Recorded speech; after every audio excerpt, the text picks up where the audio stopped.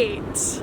So this is two-person Soresu. If you are doing what we call the defender's part, you are basically doing exactly what I showed you how to do in the previous movie, except that you've got an attacker who is going to be doing a bunch of stuff around you and needing your saber in a couple of different places.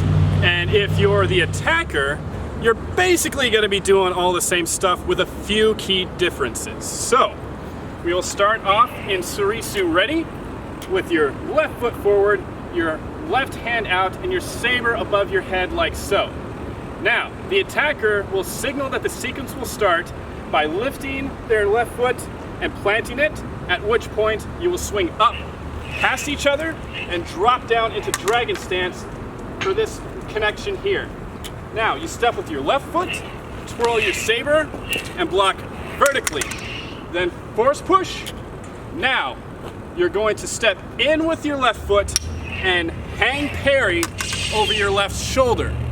Now, you're going to try and stab your opponent, and they're going to direct your blade off to the side like this.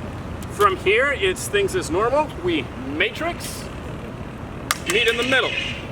Then we Anakin spin, up strike one, up strike two. Now, my opponent is going to turn their back to me at this point, and I need to get in front of them. You can do this any number of ways depending on your agility and your height. You can take 1 step, 2 steps, 3 steps, do a jump.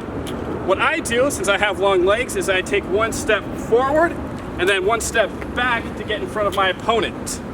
Now, we're facing each other, so we sticky blade. They push in first, then I push back, and they push in again, then I push back. You separate.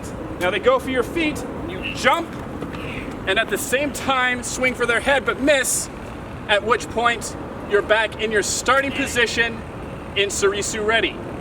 Now you put your saber away and salute your worthy opponent.